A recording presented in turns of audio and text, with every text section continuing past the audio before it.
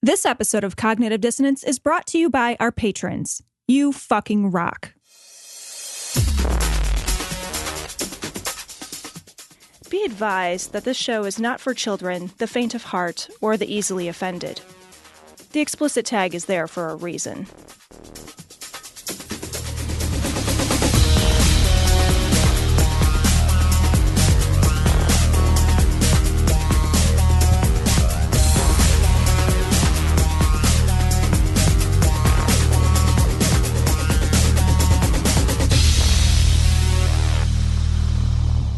Recording live from Yik Yak Studios in Chicago.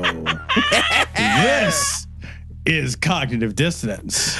I'm on both podcasts now. Full partner. Take my word for it. You can find that truth on a Yik Yak. I am part of the show now. Full time. Yeah. People who tried to escape. Nice try. Every episode we blast anything that gets in our way. Oh, Jesus, here we go. We bring critical thinking, Eli, and skepticism to any topic that makes the news. Which may be actually mutually exclusive. Sometimes, sure. Makes it big, or is Jewish, or makes us mad.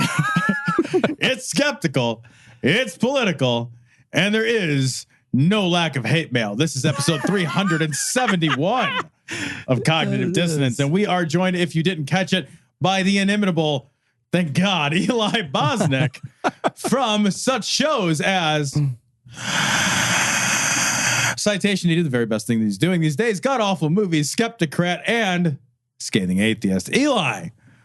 He's also got a blog. He's got a blog. What is Forgive me, because I love your blog. What is the name? What is the name? Because I just linked to it. The Invisible blog. The Invisible. That's why I never see it. Yeah. It's just, that was a good joke, right?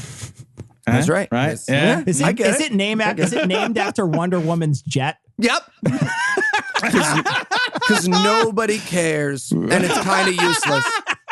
No, it's named that because I've had the blog for 5 years. There's 5 years of backlog on the blog, and it was just sort of a journal / collection of thoughts and poetry.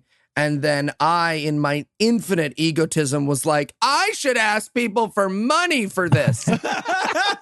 And unfortunately, people are supporting that terrible habit. So. I support that habit. It's the worst. I'm totally a patron. I'm putting money from one pocket into another pocket. We're in business together. It's foolish.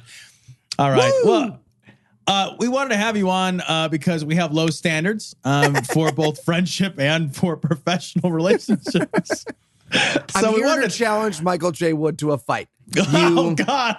Oh, my God. He's Holy a pussy. shit. I mean, like, he strikes me as the kind of person who, like, one round, I could just totally take him out. That's what I'm really here to explain. God. Tweet that at him. Just let him know.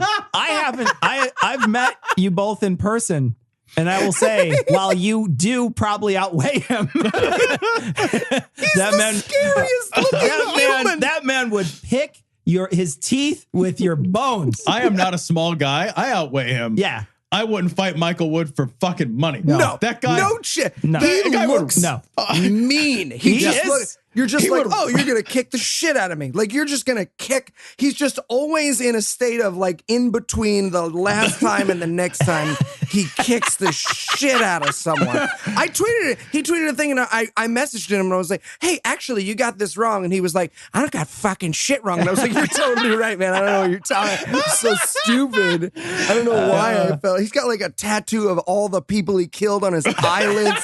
It's fucking... He's the kind of guy who'd, like, rip the fucking skin off your body and feed it back to you. You know, you're just like, oh, everything's good. He left his hoodie in our studio. He came up, he left his hoodie in our studio, and that is something that, you know, we would have probably put on Gary and put outside and taken pictures of. I FedExed that fucking thing. FedExed it back. We didn't even do anything to it. We're just like, no, that's yours. No, wait. We would never mess with your clothing, sir. Here you go. I would have tried it on to see if I got powers. Yeah. I would have tried it on and gone for a deadlift. I couldn't fit into it at all. It was like a medium or something. So I don't know. Funny. But he's a terrifying individual. Yeah. So we did want to talk to you about Trump and his transgender tweets. Well, he didn't tweet about being transgender. He tweeted. Why don't we read his tweets just so we have it? Can we pause before we read his tweets? Because I want to talk about the fact that he tweeted. I want to talk about the fact that the president of the United States is using fucking Twitter as a way to announce a policy shift with respect to the fucking military. It is such a grossly inappropriate medium to do this that he was unsuccessful in doing it. Yeah. Right? Because it's 140 characters. He couldn't squeeze out his fucking pea-brain sized thoughts into 140 characters. So it's fucking 3 tweets. It was 3 tweets. Yeah, it's 3 tweets. worth, yeah. It is a grossly inappropriate medium just to start off with. He can't even pick the right medium to convey his hateful message. He can't even, it's like burning a fucking rubber cross, like, what are you doing? What are you doing? This is not how this works. It's all fucking sloppy and doesn't hold shape. You can't even fucking hate properly. You shithead. All right, so let's read them. Let me read it. It says, after consultation with my generals and military experts, please be advised that the United States government will not accept or allow transgender individuals to serve in any capacity in the U.S. military. Our military must be focused on decisive and overwhelming victory and cannot be burdened with the tremendous medical costs and disruption that transgender in the military would entail. Thank you. He did have a spot. He did have 8 characters left for a thank you at the end. What a piece of human fucking garbage. Which is nice. Please be advised, by the way, like a fucking, like a fire drill. Please be advised. Right. I'm Please a transphobic the store piece is of closing shit. in 5 minutes. Please take your final purchases to the counter and fuck them. Go to that little place with the lasers that we're replacing all the meth heads with and just swipe your stuff over the bag like a goddamn servant. I hate that thing. So after consultation with my generals and military experts, you're not going to allow transgender individuals to serve in any capacity. Cook. They can't be the cook. They can't be a logistics military. Guy. Right. And that's because our military must be focused on decisive and overwhelming victory. That's a weird thing to say. Decisive and overwhelming victory, to me, it's a little Hitler-esque. I don't know why. Little North Korean, right? It's just a little weird. North Korean. I also feel like it's incredibly weirdly redundant. Like, could you have an overwhelming victory that wasn't decisive? Yeah, I guess. I don't know. We overwhelmed them in our victory. Was it did it decide the issue? Well, it was an overwhelming victory. Yeah, fucking of course it was. Of course. You had 140 characters and you still chose to be a redundant piece of shit. Yeah. You stupid ass motherfucker.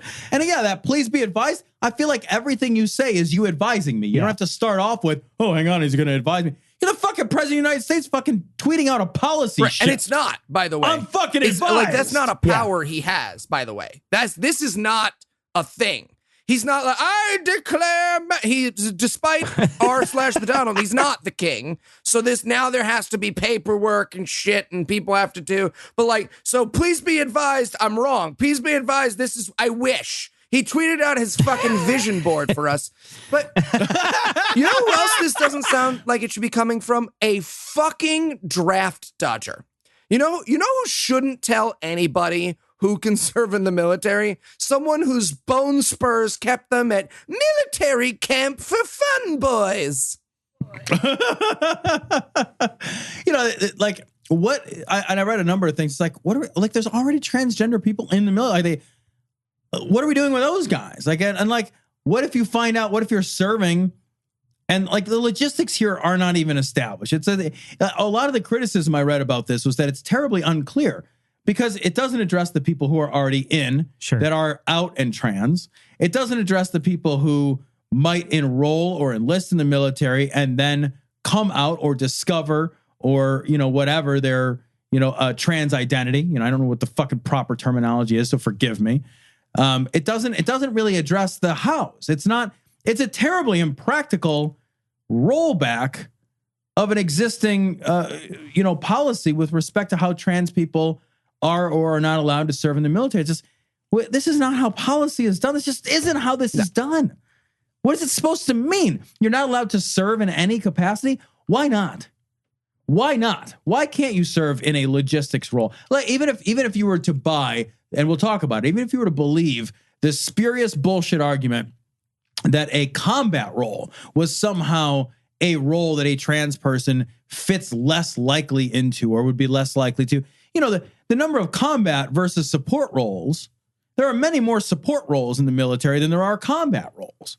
Am I supposed to believe that, like, a trans person can't be the fucking supply clerk? Why the fuck not?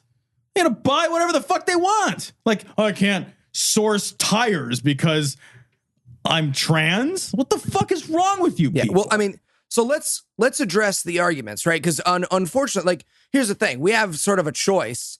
The first is, like, we can sit here and feel really great by the fact that, like, of course we fucking hate Trump, or we can talk about the fact that, like, this is something our community has been a tremendous part of, this transphobic, devil's advocate attitude that's the cancer of the skeptic community right now. We can pretend like the skeptics don't have anything to do with this, but the truth of the matter is, like, I got people on my fucking Facebook wall right now who are asking me about the cost of Viagra versus the cost of transgender soldiers. So this is just to address those arguments, right? Let's not pretend that they're being honest, but just to address those arguments. There's a person, Alex Stewart. I don't know who this person is, but they actually put together a little post. And in it, they put it this way. And the first thing that everyone has come to the defense of this thing is the idea that, like, it's just expensive to have trans soldiers on the field, that, like, paying for their operations is somehow super duper expensive and it would increase the cost a tremendous amount. And that's why he's really doing this. And it's also to his base, and that whole Scott Adams, he's a master manipulator bullshit, right? Okay. So according to Rand, if admitting transgender soldiers may increase costs between 2.4 and 8.4 million, but that's a tiny fraction of the overall budget. It's likely to have little impact on the $6 billion we already spend for soldiers' health. It's at most 0.134%. And to put it another way, we spend $84.24 million on erectile dysfunction drugs for soldiers and vets in 2014. All right. And that's according to the Military Times. So the expense argument doesn't work. And then the next argument, of course, is the idea that, like, trans soldiers are somehow worse soldiers than non-trans soldiers. And the prominent example of this to point out is obviously the one that Dave Rubin tweeted out. I'm going to find the tweet exactly. Dave Rubin tweeted out this thread, and this is what he had to say about it. On the day Trump announces that trans people can't serve in our military, he tweets this out. Powerful thread. Try reading without judgment, just for what it is. And it's by @JR Salzman, right? This is what this guy has to say. I served in Iraq in 2006. For the first 5 months, I was on a 12-man fire base out in the middle of nowhere in the desert. Every day was Groundhog Day. Wake up and do the same patrols, the same shifts. Every single day, it was so damn hot, 150 degrees in the gun tracks. Tracer fire would go overhead occasionally at night. IEDs on the road were a daily threat. We got resupplied food every 8 days. QRF was an hour away. After they made the minimum 3-gun truck rule after the guy got kidnapped, life got harder. The stress of being out there and doing the same job every single day eats away at you. The younger guys had problems with overtime. Any tiny personal issue they had suddenly became a mountain. And that shit came out on that fire base. And they snapped mentally. After stepping on each other's nuts, living in the same can for 5 months, guys were at each other's throats. The stress made it worse. Guys would literally snap over a Dear John letter. Their personal issues came out, and they were instantly combat ineffective. Now take someone confused about whether they are a man/woman. Okay. Take those. Go ahead. I just want to say that's not what a transgender person is. Yeah, right. That is not what a transgender person is. I just want to point that out. Okay, continue. Yeah, well, I love it. He sets up, look, and normal guys, the normals, the ones who aren't all broken, they would just fucking shit themselves and smear themselves in it because it was hot outside. But now you take someone who doesn't know if they have a penis because they never reached down into the downy there. So listen to what this guy says. Now take someone confused about whether they are a man/woman. Take those psychological and emotional issues and put them in that environment. Take someone who is right off the bat not uniform or part of the same team. Give them special treatment because of their identity. What's special? Take that special treatment. You know, They get ice cream. they get ice cream. All right, who's trans? It's so no a Larry. lot of people don't know this, but like the tracer rounds bounce off of you if you're trans. Yeah, Like you can catch them in your teeth like Chung Ling Soo. It's just amazing. it's like out in paintball. You go like, no, I'm trans. And then they don't shoot you. It's the whole thing. Ceasefire! Yeah. Take that person, put them in a stressful war environment, and watch what happens. It's a fucking ticking time bomb. You have to be incredibly tough mentally, physically, and emotionally. That's true. You do have to be those things to be trans in America filled with... Oh, no. He's talking about war. Sorry. He's talking about war, the thing we've been able to do since we were cavemen. He's talking about how hard war is. I thought he was talking about what it's like to be a trans person in America surrounded by bigots like this. But no, he's talking about war. They're literally the easiest job in the world, which is killing your fellow man. It's a thing that animals can do. But no. He's talking about war, not being trans. Okay. War... is not a fucking video game unless you're a drone pilot, in which case it now literally is a video game. But he probably doesn't mean that. Sorry. It tests every ounce of your being. Okay. I mean, I don't know. I didn't go to war. I'll have to ask if you went to war. Write in. Let us know how many ounces of your being were tested. 21 grams. Here we go. We have some more. He's got some more lies coming up. You can't teach someone to be a fearless warrior in a fucking PowerPoint. You either have All it or the you people don't. at West Point are like, fuck. Fuck. We're wasting a lot of time here, guys. Oh, man. I got some bad news about air warfare. Oh, he probably thinks the Red Baron's coming for him. So, and then he says, you either have it or you don't. You can hack it or you can't. We had guys who couldn't. When faced with combat situations, they crumbled. They had mental and emotional issues. They were a liability. So yeah, it doesn't matter if you're trans. Just some people aren't great at war. Okay, he's going to tell us how to be successful at war. So lock this in, guys, because I personally am very excited to hear J.R. Salzman's opinion on how to be successful at war. Because, you know, I've studied some of this, like Five Rings and all that, but I'm really interested in J.R. Salzman. To be successful at war, you have to become a warrior mentally. Hold on, I got to write this down. That's fair. Yeah. To war, mentally, be warrior. Okay, yeah, good. Yeah. Mentally, physically, and emotionally. You can't fake it and go through the motions. Strong disagree. You can't fake it till you can make fake almost anything, actually. Because it's in war, if it comes down to kill or be killed and you hesitate. Wait. You're in war. When does it not come down to kill? When you're the supply clerk. Yeah, right. Like if it comes down, it's like, oh, we're going to kill you. But what about if we kill you? I hadn't thought about that. It doesn't come down to kill or be killed if you both have a jack at the same time. Then you got to okay. If you hesitate, you're dead. It's as simple as that. It's not a fucking video game. It actually, again, it is a video game for a tremendous amount of the warfare that we're conducting now. But it's okay. Sorry. War is no place for people who are mentally, emotionally, or physically confused or in turmoil. To be fair, I've been physically confused 0 times. That doesn't mean anything. And we do a host of psychological testing to make sure our soldiers are crazy as shithouse rats before we send them into battle already. Don't we do that? No, that's no, I get confused. That's after they get back and then they're crazy. He says, you have your shit together or you don't. And if you don't, you'll just get people needlessly killed. Political correctness has absolutely no place in the military. Oh, there it is. There it is. Good for you. And it's funny because he just finished telling us that there's no place for people who are mentally confused in the military, but he's confused. It's funny because his mental capacity is okay. Anyway. And this is the fuck you can't criticize me tweet. Are you guys ready? This is why I'm a bad person. So at the end, later when the show comes out and people are like, funny that Bosnick, who's never served a day in the dirt to be an American, they just rascal over to their iPod and they turn off your show forever. So here's the tweet why I'm a bad person for criticizing ideas, right? Enough for now. This one-armed veteran has a business to run. It gets better. Selling American flags to veteran bald eagles and a NASCAR race. It gets better. unlike Iran, the country that took my arm. Iran? The country. Iran. Wait, what? Iran? Did he steal something in Iran? They got the chopper off machine. What did he? That's what happened. What the fuck? Iran? He's a Muslim thief. He's not even sure where he served. Like, Did he say Iran for real? Yeah.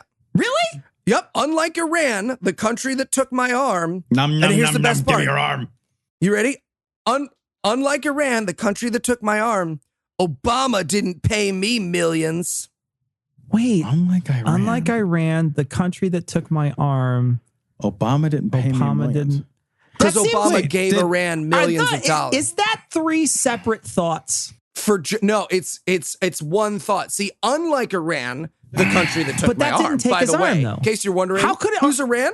How could they take his arm? We haven't had a conflict with Iran. Well, Obama paid them to take his arm. Just Millions. his? Like Yeah, his arm was apparently. worth, like the actuarial tables don't support this. I don't feel like losing This an is arm. where the spending's going. Obama comes with a big briefcase and he sets it down. He's like, show me the arm. Give me J.R. Saltzman's arm. Just like a giant fucking paper cutter. Like, shunk. What the fuck? Yeah, I don't know. I'm a one-armed small business owner veteran. Like, are you fucking kidding me? I got a fucking black lab and 2.3 kids. My wife is pregnant right now with a blonde-haired, blue-eyed boy. Dear God. I listened to something today. Because the military is so large, it is the largest employer of trans people in the world. Because, well, I mean, of course, it's probably the largest employer in the world, I would imagine, maybe. I know the U.S. government is. Yeah, so that's a possibility that the reason why is because the trans community is then, if it's represented in it. But the other thing too is, because of the ability to have health insurance and, to be able to, do this sort of, gender reassignment and things like that, there's I think people might choose the military when they might not other times because there's benefits to it, right? You get a chance to, have this health insurance. Sure. And so they may be choosing the military that way. But I listened to something today where this person was saying that before Obama changed the rules and trans people couldn't openly serve, this person was a trans man. So Sure. Born a woman, now a man. He was so afraid to be called he in public with his boyfriend or his girlfriend, I think. I think he said his girlfriend. I don't remember. Maybe his partner. Let's just say his partner. That he would ask his partner to change his pronouns in public. In public? Oh, man. Because before it was, because he knew that he would get in trouble for it. Sure. And imagine trying to live that life, right? That this has nothing to do, being trans has nothing to do with how you do your job. Yeah. It has literally nothing to do with how you do your job. I was just looking at something a few moments ago, and it's about 15% of the military is combat. About 15%.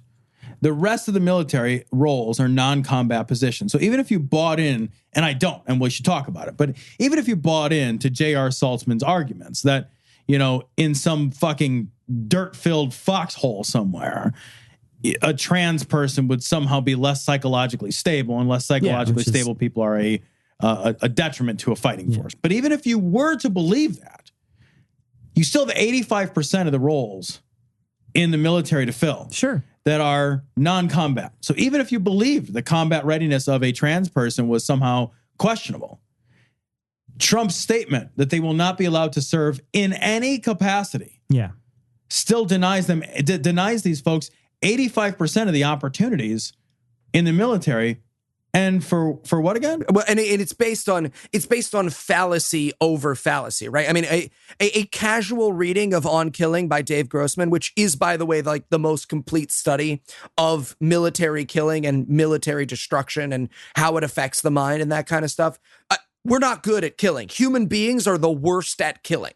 We're terrible, right? They shoot wrong. They shoot high. We're naturally inclined not to kill people. Less than 1% of our soldiers shoot straight when you ask them to shoot. We have specific training exercises designed around people, at being not able to shoot at other human beings. And I recommend the book On Killing by Dave Grossman. It's really good. So the idea that like there is a special extra set of mental capacity that makes you better at killing is untrue, right? It's an untrue prospect to start out with. But the idea that trans people are any worse or better at it is nonsense. It's total nonsense. It's unstudied, unscientific bullshit based on the idea that trans people are mentally ill or otherwise confused. Well, we already allow, I mean, I'm sorry, but like, I know some fucking military personnel and they're not the fucking most emotionally and psychologically stable folks I've ever met. Right. Yeah. So it's not like we have a policy called, we will only allow emotionally and psychologically stable people in the military. There's not to a battery people. of tests to stop you from going in if you're not strong enough. Can you do some fucking squat jacks? Sure, I got this. Yeah. All right, here's a grenade. Yeah. That's like, it might be somewhat more stringent than that. Yeah. But let's not pretend that we have, that we've got some kind of screening process called only the most emotionally and psychologically stable people are our military. And there's plenty of fucked up people that join the military. Yeah. There's plenty of people that are fucked up or not fucked up in the military then fucks you up. Like, the fact that you're trans doesn't have any relevance here. As if that evidence weren't enough. And honestly, if that evidence weren't enough for you, then it's not about having an honest conversation. You're just like, I could be like, here, look, I invented all the data, and you'd still be like, so no point there. But like, when you look at Staff Sergeant Logan Ireland, or the woman who is part of SEAL Team 6, who's a veteran, who's come out against these kind of things. SEAL Team 6 are pussies, though. That's exactly. Just not combat ready. I would like to fight this woman and Michael Wood at the same time, please. I would like to, and Logan Ireland all of a sudden. I mean, look up these people. You got members of SEAL Team 6 who are trans coming out, who are American heroes. And look, there are members of our armed services who are absolutely heroic, who have been and continue to be heroic. And these cases prove that it's got nothing to do with being trans, right? Logan Ireland and then the woman who's yeah. So it's a ridiculous argument. There's this idea, and I know you guys have all heard it, that like for the longest time with Trump, it's like, he doesn't really believe what he says, right? That was I know you guys have heard that shit. Yeah. Like, it's like, he's just playing everybody. He's manipulating everybody. This is a ploy. This is a strategy. And I gotta say, like, so what if it is? Even if that's true, I'm not sure it is. I don't. But what the conclusion that I've come to is, what fucking difference does that make if this is a ploy or a strategy? If I'm willing to burn your fucking house down, not because I don't like you, I still like you just fine, but I'll burn your house down because I got a way to collect your insurance money, right? Then the fact that I still love you doesn't fucking matter. I still burnt your fucking house down. Like, I'm still a bad person. Our actions matter. Our actions matter so much more than our words. Our actions are the only things that define who we are in the world. Nothing else makes a fucking difference but what we do. I want to jump in real quick, though, because, you and I talked in the past about, you shouldn't be a felon forever, right? You shouldn't be a felon forever. And we talked about that in the past, right? Yeah. Your actions do dictate who you are. Right.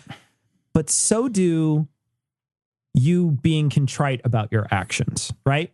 He's never going to be sorry that he said this. Yeah, he'll never going to apologize for this, and he's never going to try to change this. Mm-hmm. This is who he is. Yeah. We talk about, whether or not if you were a felon in the past, can you be a changed person? Yes, you can be a changed person, but you have to step down that road. Yes. But there are also, and we've talked about this before, there are also some crimes that are not forgivable. There are some crimes you don't get to come back from, right? I do believe that too. Sure. You're scooping across. Right. Yeah. Yeah, absolutely. That is not a crime. Scooping that is across. A requirement Scooping of good moral across, people. exactly. Yeah. 2 Fuck votes. you. Yeah. Fuck 2 you. votes. 2 votes. I'm on the show now. Permanent part. Fuck both of you. Fuck you 3-way both. partnership. Best friends. God damn it. 2-1. There are some crimes, this is going to get, let's not pretend anything else. This sort of shit is just another brick in that wall that gets people killed, right? That it really is. People will feel emboldened to pick on, to marginalize, to damage trans people. Trans people will continue to be the fucking whipping boys of a larger, broader community because people will feel like they are empowered now to be weird and shitty and mean-spirited and bullied, and this will end lives. People will die. I got to tell you, there's no amount of contrite that matters when somebody's dead. Yeah. Like, there's no like, because I do believe that. Like, you're not a felon forever. Well, I'll tell you what, though. If you fucking rape somebody, you are. You're a felon forever. You never come back from that. For me, like, I don't care how sorry you are. I don't care. Sure. You get somebody killed, I don't care how sorry you are. And this guy doesn't even have the good sense to try to be sorry for that. And people will die from this. Mm-hmm. Well, and to add to that, like, and I've talked about this on other shows, like, one of the reasons why this stuff is so important to me is I was a bully, right? Not a physical bully, because look at me, but I was an emotional bully. Yeah. And that's with me every day. Yeah. That is with me every day. And if I sit down and I go, oh, you know, that's who I was, but now I'm Mr. Social Justice and I'm so nice and I've got all these love letters from people telling how much they like my show and how much it means what I say. No. I remind myself all the time that you can't take back the hurt, right? You can't put the feather, you know that story about you can't put the feathers back in the pillow. Right, it's an old rabbinical story about this woman. Jewish as hell. Yeah, it really it's does. super. It's super you just Jewish. pick up the pill. At the end of this story, do you stomp on a glass together or something? Yeah, pretty much. Yeah. How many golems does it take to get to the center of the pillow pop or whatever? That's a weird porn. I mean, get into it, but it's a weird porn. But yeah, I mean, you can never put that back. You can never unbreak the people you break. You can never unhurt the people you hurt. And that includes playing devil's advocate. That includes playing host to bad, poisonous ideas, right? It's not just because, right, here's the thing. People like to throw their hands in the air and go, I'm just asking questions, right? But if the question you're asking is whether our friend Ari Stillman deserves to serve in the military, or whether, you know, we have a mutual listener who I didn't ask permission to use her name on air, but she is a member of the military service and she cannot be out as trans when she serves. And we've both met her. She's come to our shows. She's one of the most kind and wonderful and caring people. I think I know who you're talking about. Yeah. If the questions you're just asking are whether or not she deserves to have her job, whether or not she deserves to live her life openly and freely, then you're a fucking bad guy. Right? And I'm really, really fucking tired of hearing excuses for these people, right? Excuses we wouldn't, if I subbed in the tweet of 9 out of 10 of these secular assholes when I call them out with Joel Osteen, I'd get 9 million likes and 85 million comments being like, yeah, fuck Joel Osteen. And I'm like, oh no, Richard Dawkins said that. And everyone's like, whoa, hey, Richie boy is good. No, let me explain what he meant. What he meant, you see, you got to read it backwards. Do you have your decoder ring? You have your atheism decoder ringer on? Because that's what he meant. But, you know, like, I want to stop you because that's a fucking Trump thing. Like, this is never before in history that I can recall have I heard so frequently, well, I think what he meant was, what he is trying to do is, there is this idea that, like, from the outside, we can deduce his motivations, that Trump's, as if we cannot take him seriously, as if the actions and the words that he uses for some reason somehow are not to be trusted even by the people that fucking support this guy. Well, I don't even think it matters. I don't care what he meant was. What did he do? What did he say? What did he say? Yeah. Like, what did he, I don't fucking care. This is what you did. Right. And and again, this applies to secular voices as well. All of a sudden these, and again, I just used Richard as an example. I'm not actually talking about Dawkins. I'm just saying it could be anybody. Use any, Eli Bosnick, right? We have these people, these secular leaders, right? These people who are in position of secular leadership, who, when you say atheist to some guy in the middle of the country, they think of this guy or girl. Sure. Right? Right. If you say atheist, people think Dawkins and Harris and Marr and all those people. And people they jump through all sorts of hoops, but we know they're good communicators. How come they're allowed to be bad communicators? All this. How come Trump means what he says when he's a straight shooter, but then all of a sudden we have to decode him like it's fucking Ovaltine time when he says something like this? Or we have to decode these secular leaders. Oh, what they're actually because they're it's playing excuse devil's making. advocate. Yeah, because it's excuse fucking making. excuse They've been doing this for centuries, for millennia with the Bible, though. You know, it's like sometimes it means what it says. You can't be gay because we'll fucking stone you to death, and that's a real thing. But sometimes he speaks in parables because it's a pick and choose society. Because it's always been pick and choose. Yeah. It's always been we're going to decide what the best course of action for this is because we can just ad hoc, after the fact, make it up. Yeah, it's imposing our version of who we want Trump to be or whoever to be on him as if he's this malleable. He's like we treat him like a tabula rasa president. Like some weird, like we're just like he says something and it's like, oh well, what he meant was, and then why who cares? None of that makes any difference. There are real life effects, and that's all we need to look at and measure and evaluate. And the rest of it is a fucking distraction and an excuse. And we got to stop doing that shit. I don't understand why we put up with it. Did we do this with Obama? Be honest, like, did we as the left, as people who generally speaking, generally supported Obama?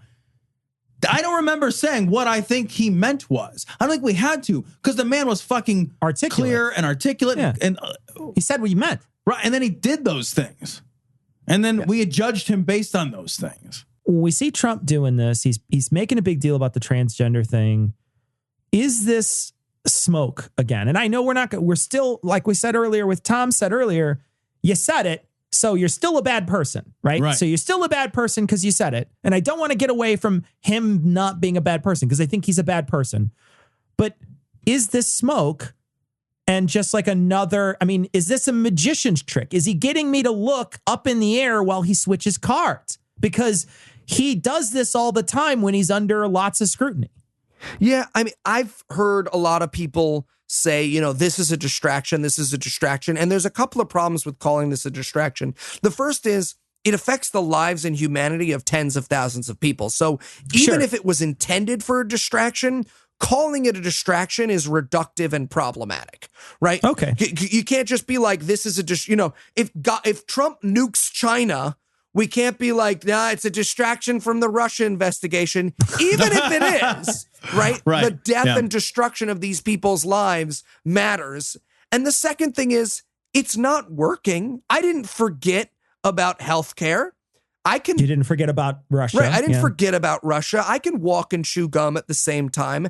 Can you swallow 25 pieces before noon? Because there's an opening for There's an opening for the person who can do that. Yeah. Like the idea that we can't follow along with this I'm sorry, to me, it's just absurd. I don't know anyone. Is it though? Is it because America's stupid?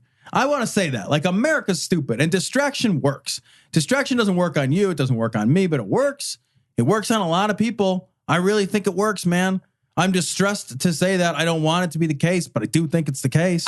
I do not believe if it is intentional distraction. First of all, it's going to come back to bite in a lot of ways, but I do not believe anyone is so stupid to be that distracted. That isn't already fooled, right? Yeah, but I want Tom to read out loud a statement by John McCain on this. This came out today. It's specifically right after, well after Trump had already tweeted this stuff out. McCain came out and said this. So, Tom, can you read this? Said, quote, the president's tweet this morning regarding transgender Americans in the military is yet another example of why major policy announcements should not be made via Twitter. I like that. I like that he's making, well, I guess it's being retweeted. The statement was unclear. The Department of Defense has already decided to allow currently serving transgender individuals to stay in the military, and many are serving honorably today. Any American who meets current medical and readiness standards should be allowed to continue serving. There is no reason to force service members who are able to fight, train, and deploy to leave the military, regardless of their gender identity.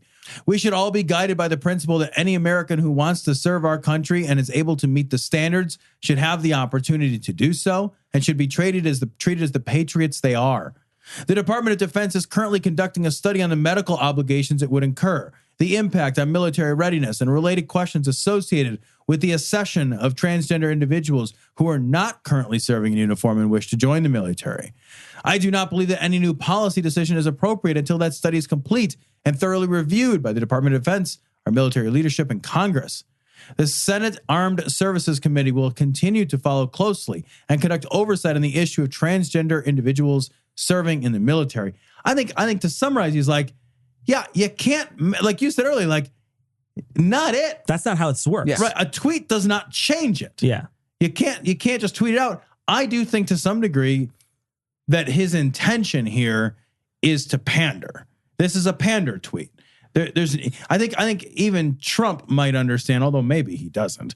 I think even Trump might understand that he's not going to accomplish a policy shift with this tweet. I think what he's going to do with this tweet is he is going to re-energize a base of people that he is losing and refocus a base of people that he is losing. He's losing his base day by day.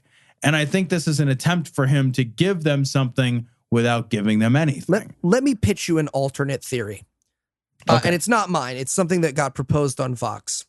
The Trumps as a whole, the family, the entire family, are conspiracy theorists. He's been a conspiracy theorist, right? He started with the Central Park guys, right? He took out the full page ad. We need the death penalty for the Central Park guys. Turned out he was wrong about that. He was a conspiracy theorist about that. Then he was a conspiracy theorist about Obama. Obama was born, he's a Muslim. He wasn't born here. I want to see the birth certificate. He's a conspiracy theorist, right?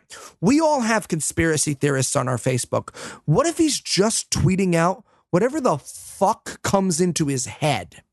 Right? Because that's what my Aunt Kathy does, right? My crazy Aunt Kathy, who's a conspiracy theorist who posts Minion memes and 9/11 truther memes and flat earth memes and stuff like that. She doesn't have a meta plan as to how to influence the family. God, that's even more depressing. I'd rather be manipulated properly. Yeah, I don't think he's a manipulator. Everyone who's ever known him has said that he's not a manipulator. They've said that he's scatterbrained. They've said that he's vastly undereducated. They've said that he's mean-spirited and small and selfish and has everything handed to him. The guy who wrote Art of the Deal says that he never read a book. He's pretty sure he's never read a book.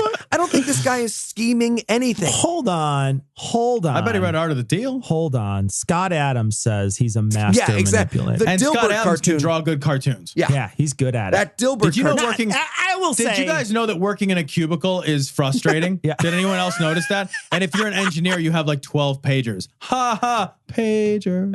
Pager humor. Well, you know, I sound. I got a fax machine on my head. I sound like Garrison Keillor is slowly giving in to the heroin, so you should. The fucking balls it takes to talk about a master persuader to Sam Harris. Hey, you know who's actually a master persuader? Sam fucking Harris, you asshole. You fucking howdy doody cartoon melting in the sun. And I should point out, I tweeted about this, but like a little side note, I've been a stage hypnotist for 10 years. I have met so many fucking Scott Adamses who walk up to me after I do a trick with a trick book or writing something with my thumb and goes, "It's because you read my body language. I actually know a little bit about persuasion." And I'm like, yeah, I did. I read your body language. It's not that this book only has 7 long words in it. It's because I read your body language. And that's why I'm working bar mitzvahs. That's what I do. I'm a master of persuasion. And I use it to tell which of the symbols on the starry back cards you chose. That's how I decided to use my magic powers, is which card you chose. That's what I've done with my life. I could be in Vegas right now getting blown by Asa Akira and Alina Lee, but I'm here with you in Bayonne, New Jersey, celebrating Yoshmi's special day. Oh, God. That sounds like a great time, actually. God damn. That's why I'm doing this golf classic, because I know people so well. Well, Eli, thank you for joining us. And any of the hate mail we get, we will forward directly to you. Eli, if people are going to find you on the web, where would they look? Scathing Atheist, Skeptocrat, God Awful Movies, or What I'm told is the secret gem, not a lot of people downloading it, secret gem of podcasting, citation needed. So exclusive, not even allowed on Stitcher. That's how exclusive this podcast is. We were going to give it to the Stitcherites, and we thought, you know what? Fuck them. Fuck them. This is just for the iTunes and the podcatcher motherfuckers. So yeah, that's the one to check out. And I'll be dead on my birthday. So anyone who's upset, it is literally 3 months away. 3 months away. So Jesus Christ. Fingers crossed. Exciting. Who's going to own more of the company? You are. Oh, you're going to be tied. You're going to have tied votes. That's going to suck. Right. I'm sorry. That's going to suck. Yeah, we're going to have to bring your mom on. Yeah. She'll have lots of free time. She'll be sad. Dead. Yeah. How much of her time do you take up? A lot. Oh, you're not Jewish, but like that's pretty much 90% of my mom's life. It's just me. Thanks for joining us, Eli. Eli, thank you, man. Thanks for having me, guys. Ready to stick it in the glory hole? Get links to their Facebook, Twitter, and if you still use it, Google Plus account at their website, dissonancepod.com. If you need to be all discreet about it, contact them by email at dissonance.podcast@gmail.com. Or you can call and leave a ransom message at 740-74-DOUBT. That's 740-743-6828. Want to hear Cognitive Dissonance commercial free and gain access to exclusive content, including full patron-only shows? Head to patreon.com/dissonancepod and become a patron to support the show on a per-episode basis. Love commercials? Not ready to become a patron? Give the guys a 5-star review on iTunes or Stitcher. Or tell your buddies in the drunk tank about the show. We want to send a big sloppy glory hole to all the patrons and people who rate us. You fucking rock. Cecil. Yeah. Question for you. What's up, buddy? You know what's hip these days? Hip.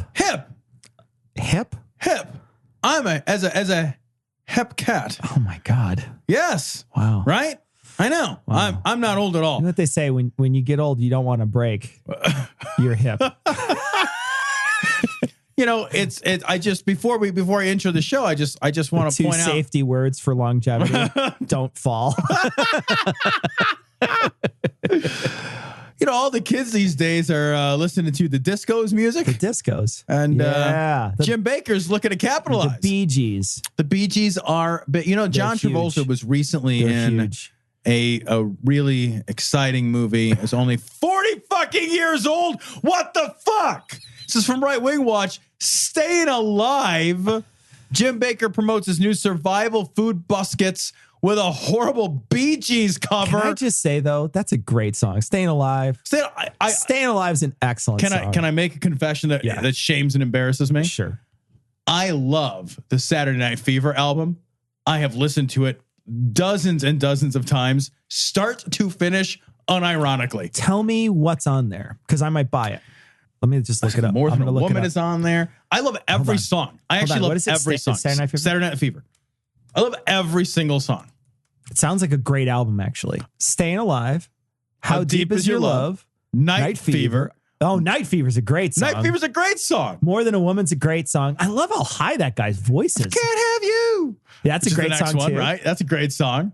So, Staying Alive. Staying Alive, my friend. Very popular song nowadays on the YouTubes and all the kids are listening to the disco music and the Sirius XMs.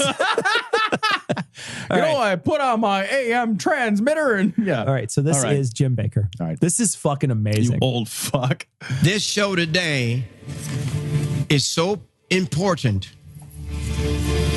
And is he holding that woman up? Was he holding her up? No. You.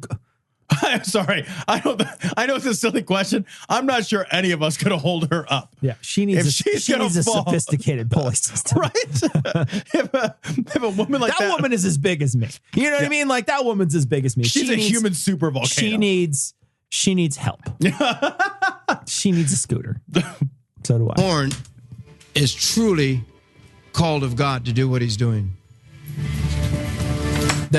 Okay, so now what we see on stage, and I got to describe this to you. Can you go left to right? Yeah, because it's pretty amazing. Left to right. Left, there's a counter where they sit and they do their little talking. There's people jammed around that little table where they do their talking. You cannot see Lori at this point, but around the counter is several people. Bringing the top of the screen is buntings, American flag buntings on railings, which are amazing. I just got to say, I love buntings. I would decorate my house in buntings. You have a bunting. I do have a bun. Love them. I love them. Love buntings. So big fan of this set. Okay. There's a woman getting ready to sing a song. There's an old-timey car. That old-timey car is worth that is money. An old-timey car. It just happens to have 1 billion buckets hanging on the back of it. He has in his hand a bucket. Now, it's a staying alive bucket. They're going to mention this later. 32 staying alive buckets, 7 years for one person, 7,700 servings. It's $1,500. A $1,500 donation or more plus shipping. The buckets here, he has one in his hand, and I guarantee it's empty. And I'll tell you why. Listen later for the hollow sound it makes when he bangs it off the other bucket. I can tell that it's empty because Jim Bakker is a slight, frail, shitty man. And he's holding a 5-gallon bucket like it doesn't have. Yeah, exactly. Effortlessly holding right it.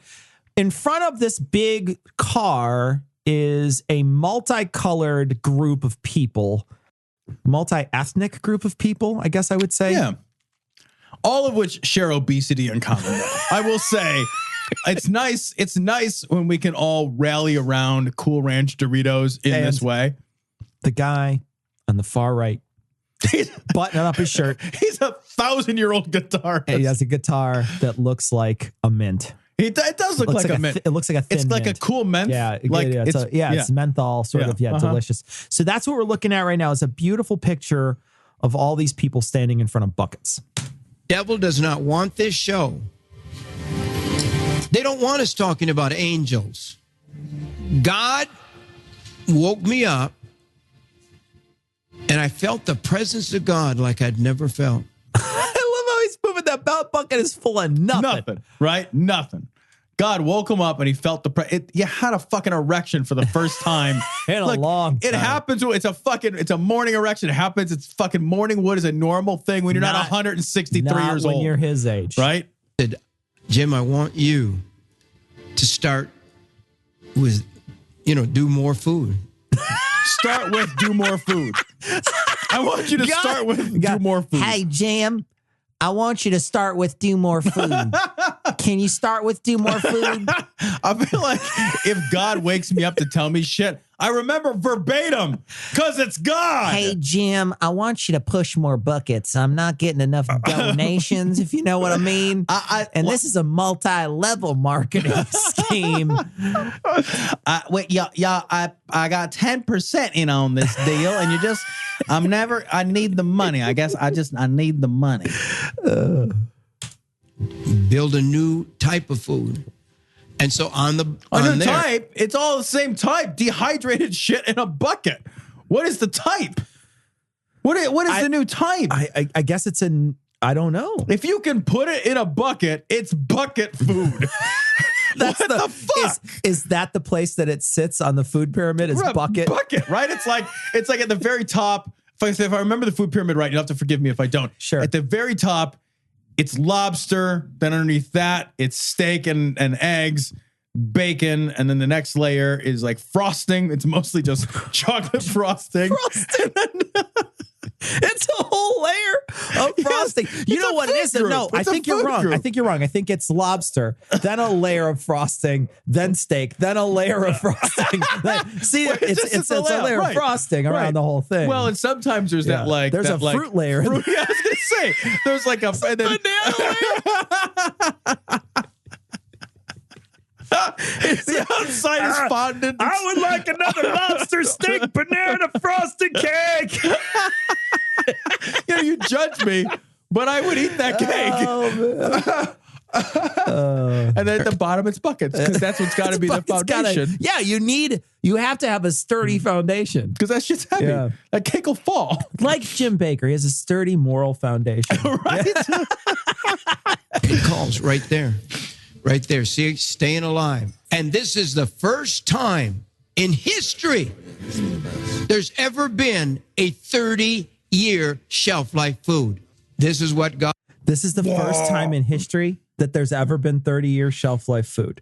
I don't think that's a real statement. Claim. Yeah. He just completely made that up. I think like honey. Yeah. is fucking shelf stable for thousands of years. Didn't they find it in like old timey buckets and shit? Like Jim Bakker buckets from like ancient Egypt, from the Parthenon. Right. Yeah.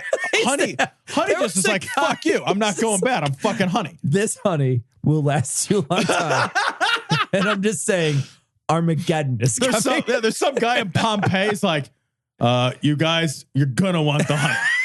You're gonna look. I know there's a lot of people making rumblings about the mountain rumbling. Actually, what you're gonna need is this igloo. Do you smoke? No, you will. Feel like Pompeii jokes. Suck it. Topical as fuck. God is saying to me, and we'll find out. Remember when the apocalypse expired after 30 years? Yeah. It's just like a 30-year. It's like a locust. You know, there's like a 17-year locust. There's like a 30-year apocalypse. Yeah, I'm glad that we can wait it out for 30 years. It's the end of the world. Yeah, and you're like, oh, I'm glad that's over. First off, it's only 7 years. You pay $1,500, you get 7 years for one person. That's 7,700 servings or whatever. So in 23 years, you have to buy, if you haven't had an apocalypse, you have to buy more buckets, right? Yeah. Because they're good for 30, 23 or up. It's worth 7. So you've got to buy more buskets at 23 years if the apocalypse hasn't happened yet. Right? That's what this so yeah. I feel like his business plan kind of sucks. What he should have is 8-year shelf life. So every year you have to buy more 7-year buckets. What he should be doing is selling like Marie Callender's meals that expire tomorrow. Yeah, right? So they keep on sending them every day. What he should do is, instead of selling buckets for after the apocalypse, he should be selling the best last meal you can get today. I think that there's something there. There's where you something can say, there. Look, here's a deal. I'm going to sell you lobster today because I say that the apocalypse is tomorrow. So pay me $70. I will ship a lobster dinner to you so you can enjoy your last night on Earth. And then tomorrow, when you say it wasn't our last night, be like, no, it's tonight. You need another lobster dinner. Give me $70. Dude. Here's your lobster dinner. And then I keep feeding you. Eventually you become a lobster. And then I just harvest you and sell you to the. Oh, how do I get to the bathroom? Oh, it's through the thermidor, actually. Third thermidor on the left. Just a lobstrosity. Big old claws. And I think there's a business plan there. It's like a HelloFresh model, but it's like last night on Earth. Last night on Earth. They deliver every day. It's extravagant. It's like full of just fucking sturgeon caviar and shit. And it's 1 million calories, just the shittiest stuff you could possibly. You're like fucking. We could call it gout in a box. Yeah. You're just scooping butter and Parmesan into your face. It's just with a substrate of some sort of starch underneath it. For breakfast, I'm just gonna have black truffles. That's what I'm gonna just in a bowl of heavy cream. All you're doing is just holding it over your mouth and shaving them into your mouth. You know, big giant flakes of black truffles. You have to dust them off yourself, right? I'm just gonna lick this fucking jar of saffron. You're fucking. Everything's covered in gold leaf. Right. You have a steak, like a dry aged steak, covered in gold leaf, sous vide to perfection. Oh my god, dude! It should be like Last Night on Earth. Allen Brothers Gout in a Box program. Right. You'll find out if I hear from God or not, because one of these days. No, I'll tell you if I hear. How the fuck would we know? Jesus, you fool. We're in the last days. Well, you are. You're Who are you looking at? He's like looking off into the middle distance at this point. Years I spent in prison. Wait, what did he say? All those things? We're in the last days. And the years I spent in prison, God showed me that I was a criminal. That I was bilking people out of money. The years I spent in prison. I love that he can look out into his audience. I know. I love that he can look out in his audience and be like, look, I spent a lot of years in prison for fraud. But you should believe me now because I'm less fraudulent than I was before I was caught being a fraud. Jesus. I don't know how anybody looks at it, but you know what? That's the problem with sin and salvation. Yeah. Oh, yeah. The sin and salvation model lends itself to exploitation by just this kind of guy, right? I don't believe in sin and I don't believe in salvation. I think if you fuck some shit up, you owe somebody an apology, right? And there's some shit you can't unfuck. And that's that. There's no sins and there's no salvation. There's no like, I did wrong and I feel totes bad about it. You fuck me over. If you fuck me over bad enough, there's no such thing as salvation. The end. That's it. There's no fucking, but there's an endless strikes rule in their fucking ball game, right?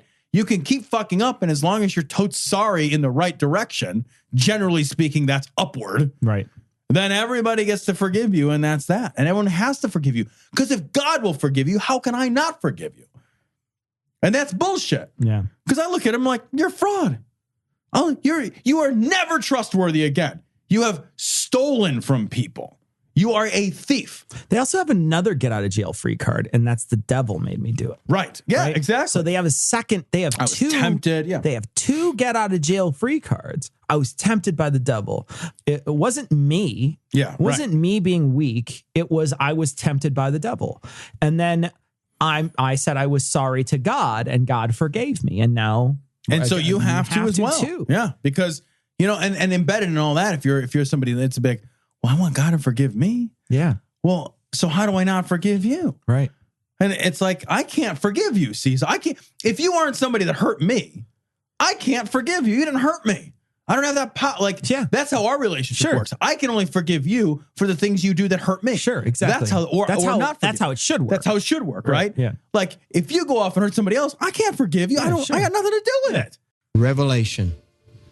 And I'm telling you, almost all of it is already fit. We're going to see the ends, the end of time, and that's where we are right now. Okay, come on. I don't want to make sure I'm eating dehydrated garbage while that happens. I just genuinely don't understand it all. I really don't. Like, I mean, he is saying it's the end of time. Who cares? You're going to be dead. No matter how much fucking freeze-dry shit you shove down your gullet, you're still going to die. I love, too, that, like, we have the food. What about the water? Mm-hmm. Like, really? Because, like, the more susceptible, we have to rehydrate it. And the more susceptible infrastructure problem is not the food problem. You can live a long time without food. Water's a real big fucking deal. In an apocalypse, it's not going to be like, well, I'm just going to go over here to the tap and I'm going to open it up and I'm going to buy water, because somehow the water lines and still, like, the water company's like, well, yeah, it's still fine. It's still. This is just stealing from people different. Yeah, because you're absolutely right. Like, what are you going to do? And even if you have a farmhouse with a well, it's not an old timey well. Yeah, it's an electric well. Without electricity. Right. You don't have water. But, lower a busket in there and pull a bucket out, and then you're going to can't. Like, in most of those things, it's a fucking pipe that goes all the way down. It's not like there's a fucking bucket. You can't get anything down there. What are you going to do? Sip on it like a straw? Sing this just a little bit of this. All right, band. Okay. Play it. Oh, here they go. Okay, now. Oh, this is going to be amazing. This is going to be amazing. This is a Staying Alive. Now, they didn't do much. They're just going to say Staying Alive a lot, but there is one changed lyric. Come on, let's get excited now. You like it. You know you're having fun. Come on. Yeah, that was enthusiastic. You know you like it. You like it. You know you're having fun. You like it. What are you talking about?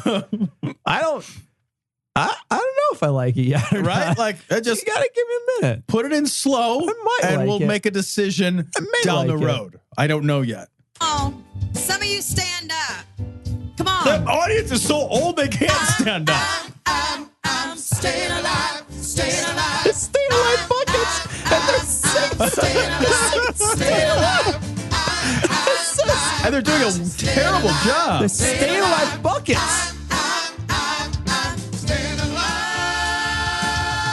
I love that they go into a swing choir version here in a second. Give it a second. This is the worst. Yeah, here we go.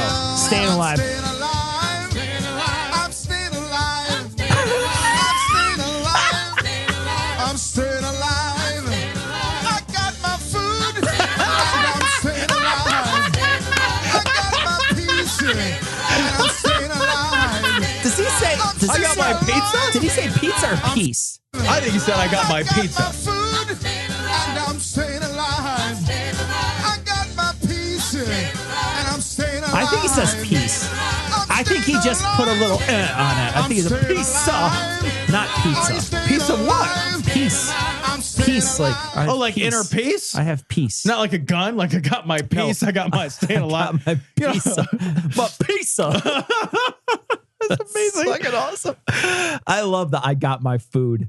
That's fucking amazing. Right Wing Watch says I got my pizza. No, it's not pizza. Though. I'm just saying that's what Right Wing Watch is got a sense of humor like I do. I think he says peace. That looks like in the staying alive bucket, it's just like fucking a bowl of garbage, and pancakes. So I don't see pizza in there. You want answers? I think I'm entitled. You want answers? I want the truth. You can't handle the truth. So I want to set this up. All right. This is Dave, coach. The coach? Not a coach. He actually has a show that he's doing, Pass the Salt Live. This was on the 21st. Pass the Salt? I don't get it. I don't either. Anyway, he's talking in this show, and this was quoted on Night Right When We Watched, but they didn't do a full, like, cut out the video and share it. They just linked to this time code. And so I just want to play him talking about how we didn't land on the moon, but he's not actually saying we didn't land on the moon. So I just want to play it. All right. But I want to just talk about the argument that they come up with, which is great. Oh, I heard he speaks in tongues.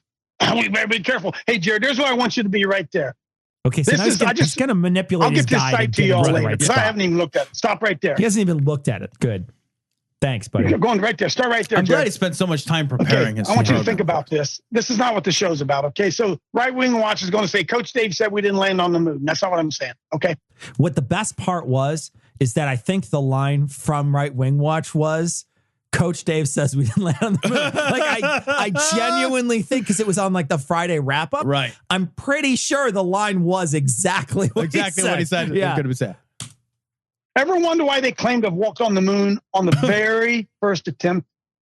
Even though right here on Earth, Mount Everest and the South Pole took numerous tries before success. He says like the first time, the very first attempt. Well, I think a lot more is at stake for these others that failed when you could just quit and not die. Right. Yeah. And be like, oh, I'm still on fucking Earth. Yeah. Right. I'm not going to die. And it's also like, when you get to Everest, okay, well, it's like it's the concerted efforts of a handful of people versus NASA, which is the concerted efforts of a massive team of engineers and scientists and a governmental organization that's all committed to the success of this one objective. Yeah.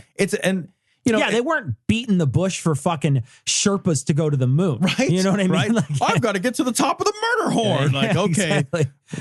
Awesome. Yeah. And like the same is true of like the South Pole. Like, yeah. The South Pole took a bunch of times to get there because, South Pole's super fucking hard to reach before you have, real technology. 1911. We just looked it up. Yeah. 1911. It's like, yeah, all right, great. Fucking World War I ye olde technology. There's a massive difference between the ye olde 1911 technology and the 1960s technology. Absolutely. There's orders of magnitudes of difference. Absolutely. Allegedly accomplishing this amazing feat with antiquated 1960s technology, while today a cell phone has 1 million times the computing power than all of NASA did back then. Think about Yeah. Okay. So what? Yeah. So computing power goes by, there's a law. There's a specific Moore's law, right? Yeah. Where it doubles after a certain amount of time because we can figure out how to make shit smaller and faster. Yeah. But I read something not that long ago. It's like, yeah, okay. If you're just looking at something like computing power, fine. But the technology that got us to the moon is just different than what you have in your cell phone. It's just different. Just because you have the power, right, doesn't mean it's not this. Yeah, right. It like those things don't interrelate in a one-to-one correlation. Right, it's just not the same thing. Think about that. Your cell phone is 1 million times more powerful than any of the computers they had back then. That's irrelevant. Yet 50 years later, the farthest an astronaut can travel from Earth to the moon is only 1/1000th the distance.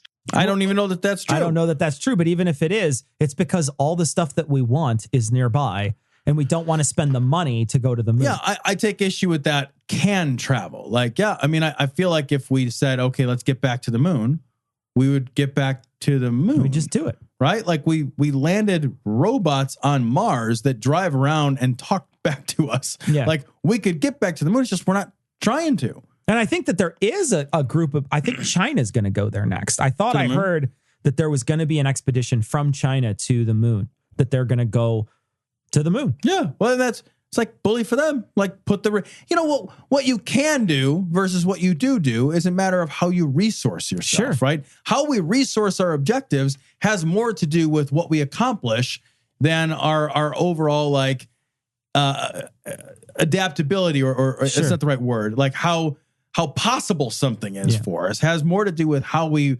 resource our objectives than it does, whether or not something is possible. But isn't this entire paragraph just classic conspiracy theorist garbage where it's like, we're going to take a bunch of different facts that don't really correlate with each other and whether or not they're facts or not, I don't know. Yeah, I don't know. Right? I don't know whether today's cell phone has 1 million times. I wouldn't be surprised if it does. The computing power of all of NASA, I don't know if that's true. 50 years later, and it says 1/1000th of the distance. I don't know if that's true either. If I could jump 30 inches, it doesn't mean that every time I jump, I have to jump 30 inches. Yeah, exactly. Like that would be weird. And like, that'd be like not fruitful all the time. Like, you'd be I should just bang like your head Mario, into shit, right? I mean, bizarre. You'd fucking like bouncing off mushrooms. Right. And, banging about. Yeah. I also want to point out that he's saying like, right-wing watch is going to say, I didn't say that we can limit, but what he's quoting is claimed, allegedly. Yeah. It's, yeah. I mean, the language here very clearly suggests that you feel that the claim that the moon landing is dubious. Sure. It's built into the language. Yeah. So here's some quotes, all right? Okay. Some quotes. Arthur Schopenhauer said, all truth passes through 3 stages. First, it's ridiculed. Then it is violently opposed. Finally, it is accepted as self-evident. So what if somebody said that? Yeah. I mean, do I think that there is some general truth to think? Yeah, maybe it's kind of a clever quote. Do I think it's true? Why would that necessarily be a true thing? Because I think that what this allows, I think conspiracy theorists love this. And I think the reason why they love it is because they get to say, right, we're in this stage. We're in the ridicule stage. Right. We're ridiculed. Yeah. Just because, and so that makes everything that's ridiculous somehow it could possibly be true some point. Right. It just makes me crazy when people quote shit like this because they're like, well, and we know that that's true because Arthur Schopenhauer said it. Like, the fuck is Arthur Schopenhauer? Why is this axiomatically true? Like, do I just know that because Arthur fucking Schopenhauer said this, that this is how truth works? Yeah. That there are stages to truth? What is it? Fucking Elizabeth Kubler-Ross's fucking stages of grief? Yeah. Are you fucking kidding me? George Orwell said, scroll on down, Jared. In an age of universal deceit, telling the truth is a revolutionary act. Whoever controls the past controls the future.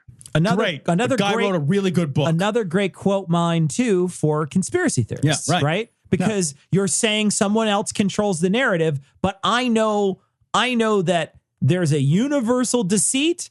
Truth telling I'm a revolutionary, and whoever controls the narrative is the bad guy. Yeah, right. And I love that you have to start off with the universal deceit.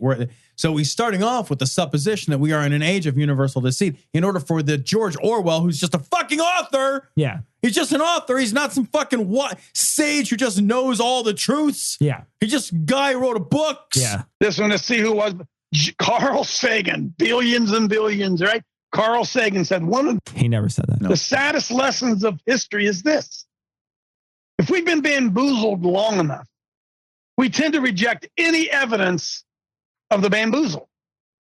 We're no longer interested in finding out the truth. The bamboozle has captured us. It's simply too painful to acknowledge, even to ourselves, that we have been taken. Once you give a charlatan power over you, you almost never get it back. And what is Carl Sagan talking about in there? I mean, that's from his book, Demon Haunted World. Demon Haunted World is very anti-religious. Right.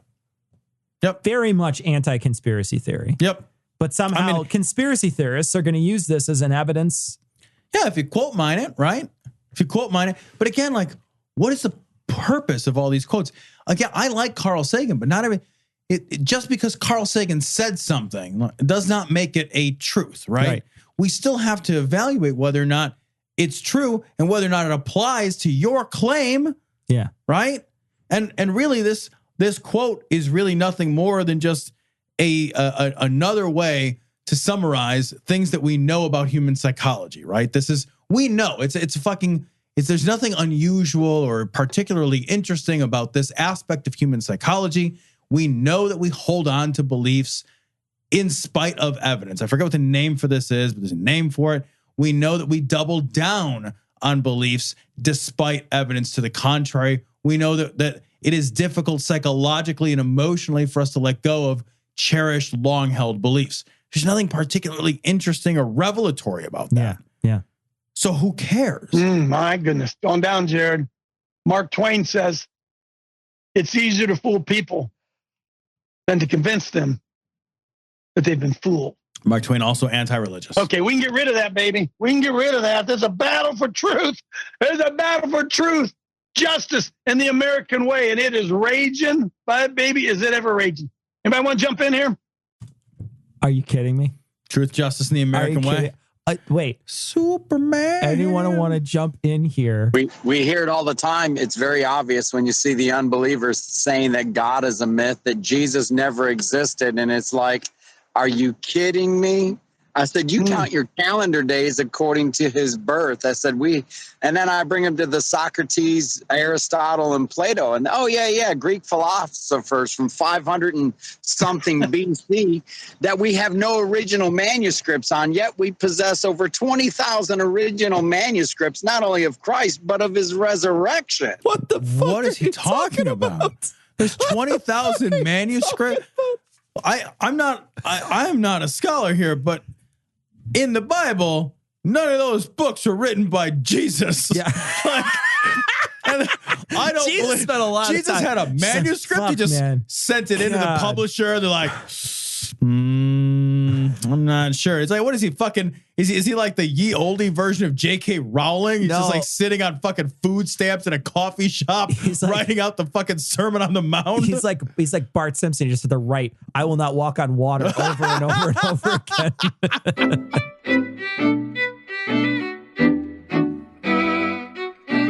So we'd like to thank our patrons. We don't have a lot of patrons here to thank this week. We want to thank, of course, all our patrons who donate to the show, but we want to thank our new patrons, Cynthia, Antonio, and Kevin. Thanks so much for your generous donations. Remember that you can donate to the show on a per episode basis. Go to patreon.com. You can search for us, or you can go to patreon.com/dissonancepod. You can go to our website, dissonancepod.com, and donate on a per episode basis to the show. You get content a little early, and you'll be getting some free stuff with your patronage. So we want to talk about a little bit of email that we got. We got a message from Micah, and Micah says, and then someone else sent a message in too. We were making jokes about the moon and going to the moon and laughing about the moon. The moon, I guess, has helium-3 among other resources. Helium-3 is notably as one of the best fusionable materials, and stands as a huge source of energy as soon as we get fusion reactors working. Yeah. All right. So once we get cold fusion weighing out, can I laugh until then? Am I allowed to laugh until we get fusion? Right. Or do I have to just hold off? To be fair, we have fusion, but it just kills everybody. Oh yeah, that's right. Yeah, that's a different kind of fusion. Cities. Yeah, that's a different kind of fusion. That's an Asian fusion. Yeah. We got now this limerick was sent in by two people. We're reading Aaron's version. There once was a girl named Jill who used dynamite sticks for a thrill. They found her vagina in North Carolina and bits of her tits in Brazil. Bits of her tits? That's terrible. That is terrible. Limericks are so misogynist. They really are. They're so terrible. Send us a one that's misandrist. Yeah. Send us a misandrist one. Is that how you would say that? Yeah. Uh-huh. Yeah. Send us one like that. Because these are like, I think they're funny, but they're all like so fucking Send us one crazily. that is against guys rather than against girls. We'd like to hear one of those. We got a message from Colette, and Colette oh my God. was in Edinburgh. Colette was one of the lovely people there that I needed a translator for. As I recall, everything she said, I looked at her and I said, "What?" I remember it was just it was an accent thing. Neither of us. I think she was that at the bar full of dogs that we went to, or was that? Remember, there's the pub with dogs in it. The first one. We went to the Two Skeptics events. Yeah, no, it was not the one with dogs in it. Edinburgh was the one. So was this Edinburgh? This is, they're only fat from Edinburgh. No, this is Edinburgh. Okay. So this is the one where there wasn't a lot of people. Oh, there was a lot of people, and then there wasn't a lot of people. Then they recognized that one. But Colette was there, and there was a couple other people there. Stuart was there, and Colette says, I found this absolutely astounding photo for a secretary for Brexit, David Davis, whose initials are DD. And basically this politician has two women next to him, and they both are large breasticles. Yeah. And it says it's double D for me. Well, it's certainly double D for the lady on the right. It's definitely double D. Right. Maybe I don't know. That's a strong C for the lady on the left. I don't know.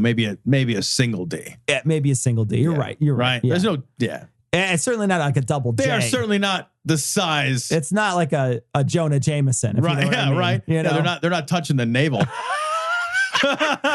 We'll post the image on this week's show notes. Thank you, Colette. Thank you. And thank you for being one of the few people to visit us. I hope we have that many people in Australia when we go. I feel like if all of Australia shows up, we can get a pretty good turnout. We get like 6 people that like the show.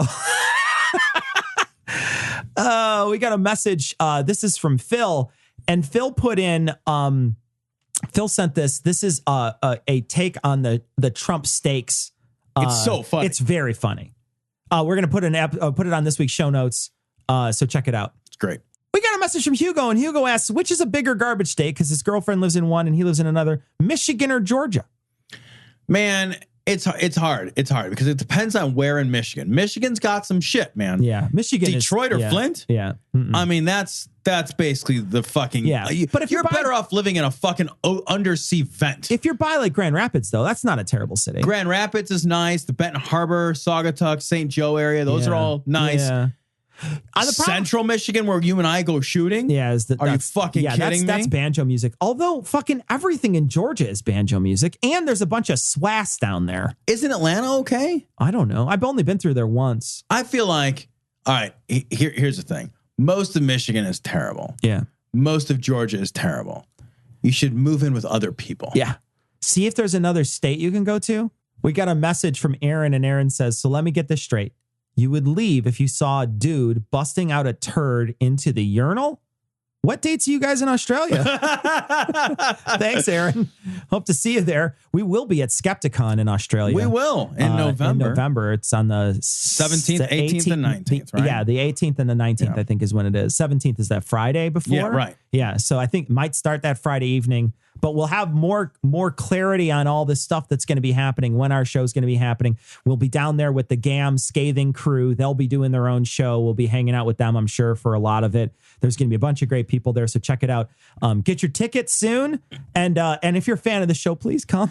Because we want to fill the room up with people who like the show. And I will say this, they're going to put us on the stage there. And man, if they've never heard the show... They're going to hear it now. Ooh, that's going to be rough. So it's going to be great. If you like the show and you're in Australia, we'd love to meet you. I got a message from, this is from a music connoisseur. A triggered hipster is the title of this email. Of the homosexual variety.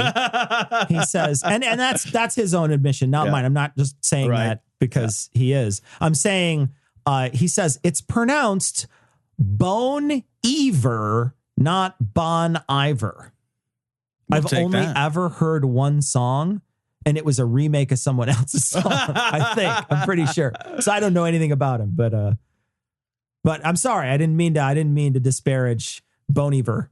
We got a message from Matt, and Matt sent us a message before he was going to come to the States, maybe visit us. He hadn't had an opportunity. He's from Australia. He was hoping he could catch us while we were in Australia at Skepticon. He's not going to be there. So Matt, we're going to miss you, but have fun in Antarctica. I want to say this real quick, Matt. Honestly, one of my absolute dreams when we started the show a long time ago was to have our voices heard on every continent across the world. Yeah. The idea that you are listening to this show in Antarctica. It's cool. Pleases me to absolutely no end. That's it. Yeah. Our fucking stupid ass voices have now been heard on every continent on the goddamn globe. And I could not be happier. Yeah. That actually filled a small dream of mine. Yeah. So thank you for listening to the show. Sorry we can't run into you. Yeah. We got a message from Declan, and Declan says, I'm catching up on last week's episode. Guys, you are seriously flattering yourselves if you think that people listening to your show have a bowel movement every day. That's fair. Yeah. That's fair. True. Yeah. We have another super deluxe. This is so good. This is from a happy patron. Oh my gosh, this is Pat Robertson interviewing Donald Trump, and it's so surreal. It's so that bizarre. super deluxe guy does a great job. Yeah, we should try to get him on the show. We should. Oh, so funny. Funny. That's worth doing. We should. So funny. We should look to see if we can get him on the show. But very, very funny. So we want to thank Eli Bosnick for joining us tonight. Do we really want to thank Eli? Eli Bosnick is part of the super group that is Citation Needed. And he's also part of Scathing Atheist, God Awful Movies, and The Skeptocrat, as well as his own blog. We'll put links to all that on this week's show notes. Thanks, Eli, for joining us. Patrons got an extended cut of that, but we wound up getting a lot of tape out of Eli. We had a long conversation. So thank you, Eli, for joining us. He really did a great job. It was a pleasure to talk to him. Don't tell him I said that. So that's going to wrap it up for this week. We're going to leave you like we always do with the Skeptic's Creed. Credulity is not a virtue. It's fortune cookie cutter, mommy issue, hypno Babylon bullshit. Couched in scientician, double bubble, toil and trouble, pseudo quasi alternative, acupunctuating, pressurized, stereogram, pyramidal, free energy healing, watered downward spiral, brain deadpan sales pitch, late night info docutainment. Leo, Pisces, cancer cures, detox, reflex, foot massage, death and towers, tarot cards, psychic healing, crystal balls, Bigfoot, Yeti, aliens, churches, mosques and synagogues, temples, dragons, giant worms, Atlantis, dolphins, truthers, birthers, witches, wizards, vaccine nuts, shaman healers, evangelists, conspiracy, doublespeak, stigmata, nonsense. Expose your sides. Thrust your hands, bloody, evidential, conclusive. Doubt even this.